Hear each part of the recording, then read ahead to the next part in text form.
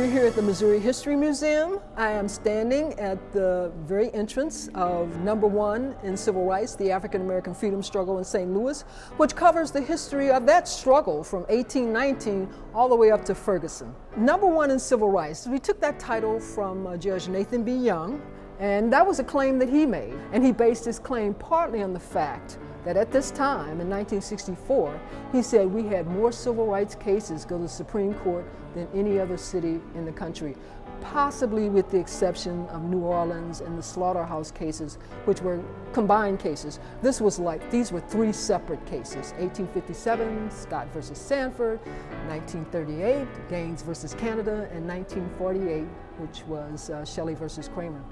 And then in 1968, we had Jones versus Meyer. Our original goal was we're going to start this in 1819 and end it in 1968. Most historians date the civil rights movement from 1954 to 1968.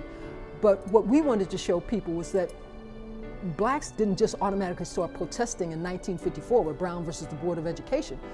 They were protesting their status, the inequality in this country way before that. As soon as black people hit these shores, they were fighting against the inequality and started demanding that those democratic principles and ideals be extended to them as well as anybody else. So we wanted to show that this struggle was long and unbroken.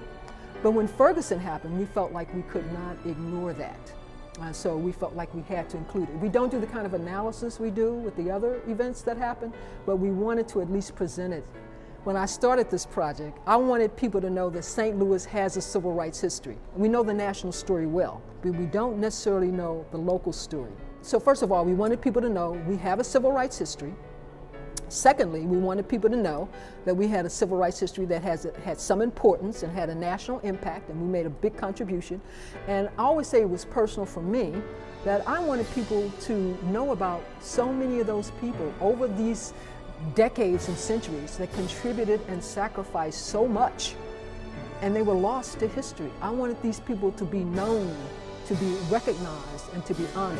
So that's why I think this story is important. It's important for us to know our history.